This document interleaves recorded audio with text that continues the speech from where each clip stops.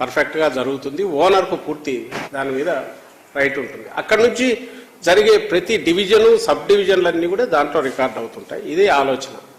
So భూముల సమగ్ర survey అంతా పూర్తి, అది పూర్తి అయిన తర్వాత ల్యాండ్ టైటిలింగ్ యాక్ట్ వస్తే సింగిల్ విండో లాగా 10 యాక్ట్లు ఇప్పుడు అప్లై అయ్యేది కాకుండా ఒక సింగిల్ దాని మీద ఎవరైనా ఆస్తి కొంటే కొనేటప్పుడే దాని ఇవి తెలుస్తాయి, ఏమైనా ప్రాబ్లమ్స్ ఉన్నాయా, లిటిగేషన్లు ఉన్నాయని. కొన్న తర్వాత నిశ్చింతగా ఉండొచ్చు, ఎందుకంటే దాన్ని ఎవరు ఏమీ చేయలేరు. ఇప్పుడు మాదిరి ఇప్పుడు రికార్డులో ఒక రికార్డులో ఒకటి ఉండి, ఇంకో దగ్గర రిజిస్ట్రేషన్ చేయడానికి వీలుగా ఎంఆర్ఓ ఆఫీస్లో ఒకటి ఉండి, కింద అడంగల్లో ఒకటి ఉండి, పైన రిజిస్ట్రేషన్ ఇంకో పేరు మీద డబుల్ రిజిస్ట్రేషన్, ట్రిపుల్ రిజిస్ట్రేషన్, దీనికి స్కోప్ ఉండదు. అలాగే ఎవరైనా గవర్నమెంట్ అనుకో 22 అడ్డంగా పెట్టడం కుదరదు.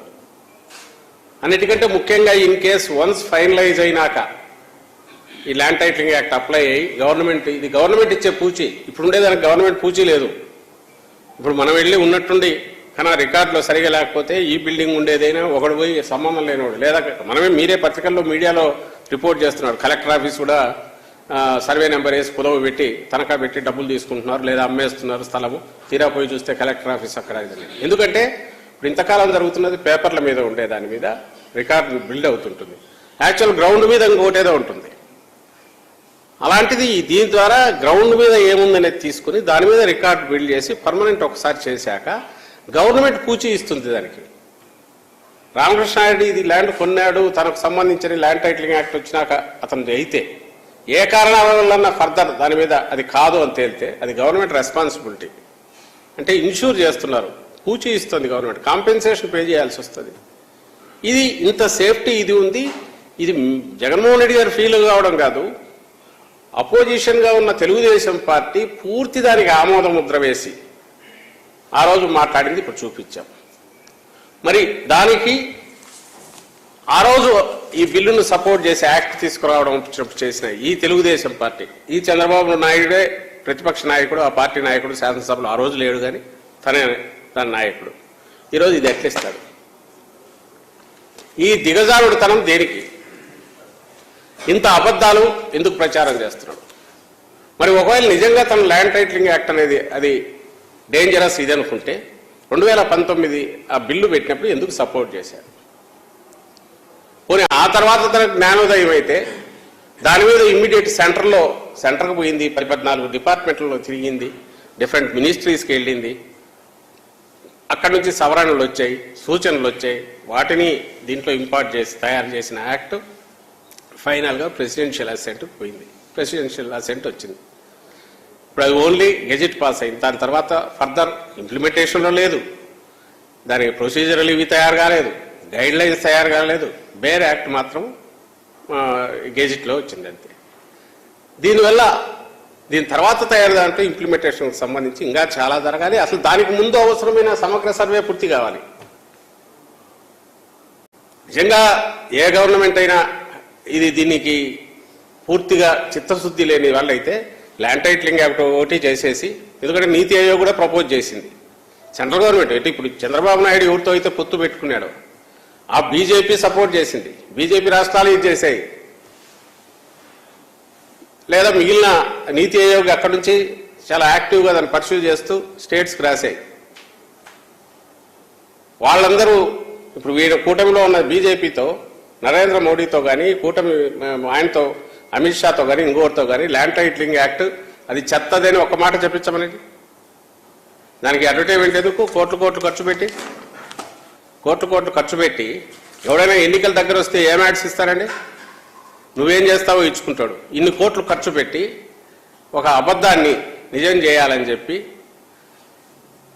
జగన్మోహన్ రెడ్డి గారి మీద అభాండాలు వేస్తూ ప్రజలను భయపెట్టి ఆయనకు ఓటు వేయనీయకుండా, జగన్మోహన్ రెడ్డి గారికి ఓటు వేయనీయకుండా చూడాలని కుట్ర ఏదైతే ఉందో ఇది దేనికి నిదర్శనం? నీ దిగజారుడుతనానికి, భయపడుతున్నావు అనడానికి, దివాలా తీసావనడానికి, ఎత్తిపోయావనడానికి, నీకు మాట్లాడడానికి కానీ ప్రకటన ఇవ్వడానికి కానీ ఏమీ లేదనడానికి,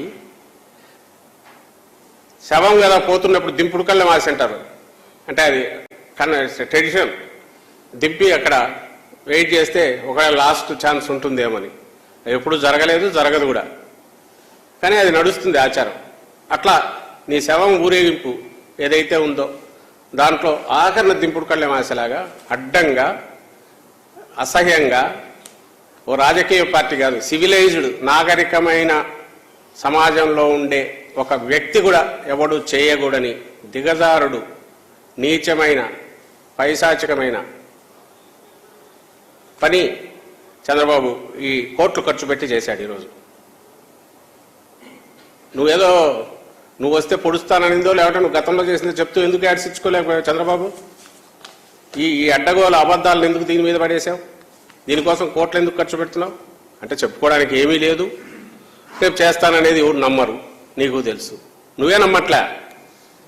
కాబట్టి జగన్మోహన్ రెడ్డి గారిని బూచోడులాగా చూపించి ఆయన వస్తే మీది కొట్టేస్తాడంటే జనం బెదురుకొని ఆయనకు ఓటు వేయారని దీంతో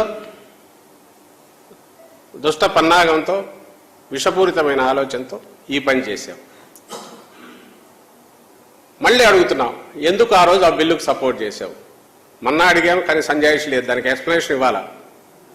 పోనీ తర్వాత మీలో ఏదన్నా ఇది వచ్చింది అనుకుంటే ఇంత ప్రాసెస్ 19లో ఆమోదించిన బిల్లు తర్వాత ఇన్ని సంవత్సరాలు దాన్ని డ్యూ కోర్స్ పోతున్నప్పుడు మధ్యలో ఎక్కడా దీన్ని ఎందుకు మేము రియలైజ్ అయ్యాము, ఇదిగో ఈ కారణాల వద్దంటున్నాము ఎందుకు అనలేదు? ఇప్పుడు ఎన్నికల ముందు మాత్రమే 4 రోజులు 3 రోజుల పోలింగ్ ఉందనుకో ఈ అడ్డగోలు దుష్ప్రచారానికో విష ప్రచారానికో ఎందుకు తెరలేపావు? సరే, పొలిటికల్గా ఎన్నెన్నా అనుకుంటాం, ప్రజలను భయభ్రాంతులను చేయడం అనేది ఒక రాజకీయ పార్టీ, ఏ రాజకీయ పార్టీ అయినా అది కరెక్ట్ పద్ధత. ఈసీ పర్మిషన్ దీనికి ఇచ్చిందంటే అంతకంటే ఘోరం ఉండదు. అసలు ఈసీని అప్రోచ్ అయ్యారలేదు తెలియదు. మేము వచ్చి ఇట్లాంటివి చంద్రబాబు గురించి. కానీ ప్రజలకు ఇది అవసరం. మరి ఓట్లు వేసేటప్పుడు ఇది చూసి వేస్తారా? ఇప్పుడు అడ్డంగా బుక్ అయినట్టే కదా. శాసనసభలో ఆమోదించారు, శాసనమండలిలో ఆమోదించారు, ఎక్కడా వ్యతిరేకించలే. ఈరోజు మరి అడ్డంగా ఇదే ల్యాండ్ టైటిలింగ్ యాక్ట్ ఏదైతే నువ్వు ఆ రోజు సపోర్ట్ చేసావో నువ్వు వస్తే రద్దు చేస్తా ఉంటావు. కొన్ని రద్దు చేయాలంటే కూటమి ఆమోదం ఉండాలి. మరి మోడీతో చెప్పించు, అది చేయట్లాగా చేయలేకపోతున్నావుగా. నిన్న మొన్న ఆయన వచ్చినాడు, అమిత్ షా వచ్చినాడు, వాళ్ళ ముందు మేము వచ్చేస్తే దీన్ని రద్దు చేస్తామని ఒక మాటని వాళ్ళతో కూడా చెప్పించవచ్చు కదా. మిగిలిన తిట్లన్నీ తిట్టిస్తున్నావు కదా.